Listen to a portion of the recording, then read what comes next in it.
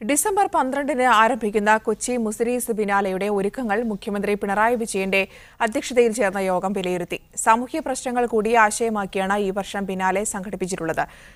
കഴിഞ്ഞ വർഷം 6 ലക്ഷം പേരാണ് പ്രദർശനം കണ്ടത്.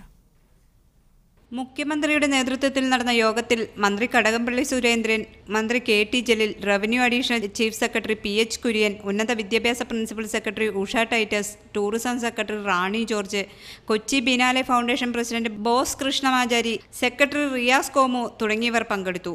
കഴിഞ്ഞ വർഷം 6 ലക്ഷം പേരാണ് പ്രദർശനം കണ്ടത്. ഈ വർഷം അതിൽ കൂടുതൽ ആളുകളെത്തും. 31 രാജ്യങ്ങളിൽ നിന്നായി 90 പ്രമുഖ കലാകാരന്മാർ ബിനാലെയിൽ പങ്കെടുക്കുമെന്ന് ഉറപ്പാക്കിയിട്ടുണ്ട്. പ്രളയത്തിൽ തകർന്ന കേരളത്തെ സഹായിക്കുന്നതിന് മുംബൈയിൽ ടൂറിസം വകുപ്പിന്റെ സഹകരണത്തോടെ ലോകപ്രശസ്തരായ പ്രതിഭകളുടെ കലാസൃഷ്ടികളുടെ ലേലം സംഘടിപ്പിക്കാനും ബിനാലെ ഫൗണ്ടേഷൻ തീരുമാനിച്ചിട്ടുണ്ട്. ഇതിൽ നിന്നുള്ള വരുമാനം പൂർണ്ണമായും മുഖ്യമന്ത്രിയുടെ ദുരിതാശ്വാസ നിധിയിലേക്ക് നൽകും. 10 കോടി രൂപയാണ് വരുമാനം പ്രതീക്ഷിക്കുന്നത്. വിദ്യാഭ്യാസ സ്ഥാപനങ്ങളുടെ സഹകരണത്തോടെ ഈ വർഷം കുട്ടികളുടെ ബിനാലെയും ഉണ്ടാകും. കുട്ടികൾക്ക് കലാസൃഷ്ടികൾ നടത്താനും വലിയ കലാകാരന്മാരുമായി ആശയവിനിമയം നടത്താനുമുള്ള അവസരം ബിനാലെയിൽ ഉണ്ടാകും. വിദ്യാഭ്യാസ വകുപ്പ് ഈ പരിപാടിക്ക് പിന്തുണ നൽകണമെന്ന് മുഖ്യമന്ത്രി യോഗത്തിൽ അറിയിച്ചു. ബിനാലെയ്ക്ക് സ്ഥിരം വേദിയുണ്ടാക്കാനുള്ള ഭൂമി ഏറ്റെടുക്കൽ നടപടികൾ വേഗത്തിലാക്കാനും നിർദ്ദേശം നൽകി.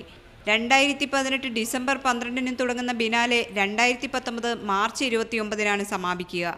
മീഡിയ 1, കൊച്ചി.